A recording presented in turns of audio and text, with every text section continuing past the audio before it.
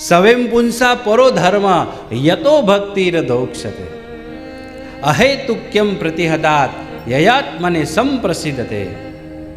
ભગવાનની ભક્તિ કરવાની વાત કહી છે, ભગવાનના ચરણે આવવાની વાત કહી છે. પણ આપણી ભક્તિ છે ને, મેં પહેલાં બી કીધું હમણાં કે અપેક્ષા છે એટલે ભક્તિ થાય છે, અથવા બીજા કોઈએ કીધું છે એટલા માટે થાય છે, અને બીજો કરે છે એને જોઈને ગતાનુગતિ એને જોઈને આપણી ભક્તિ થાય છે.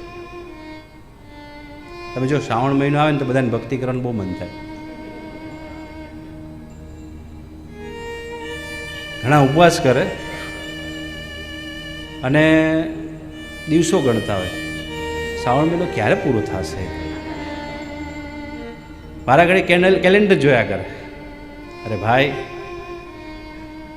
તારાથી નથી થતું, એના કરતાં એક કામ કરને કે જે કાંઈ જમીશ ને એ ભોળાનાથને ધરાવીને જમીશ ને તો બી ભોળિયો ઠાકોર રાજી થઈ જશે.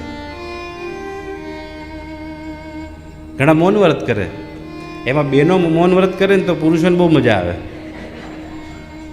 1 મહિનો શાંતિ, પણ મૌન વ્રત છે હાથ તો ખાલી છે, કારણ કે લખીને આપે ને. પણ એના કરતાં એક વ્રત લ્યો કે જે કાંઈ બોલીશ ને એ ભગવાનના નામ સિવાય કોઈ વસ્તુ નહીં બોલીશ ને તો બી ભગવાન રાજી થઈ જશે. ભગવાનની ભક્તિની અંદર તમે ભાવથી એની ભક્તિ કરો ને, ભલે ઉપવાસ ન કરો પણ ભગવાનની સેવા કરો, ભલે 10 મિનિટ કરો તો બી ભગવાન રાજી થશે.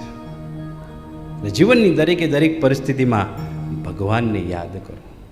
જીવનમાં સુખ હોય ત્યારે ભગવાનને યાદ કરો, ભગવાન સદબુદ્ધિ આપશે. જીવનમાં દુઃખ આવે, ભગવાનને યાદ કરો, ભગવાન તમને ધૈર્ય આપશે.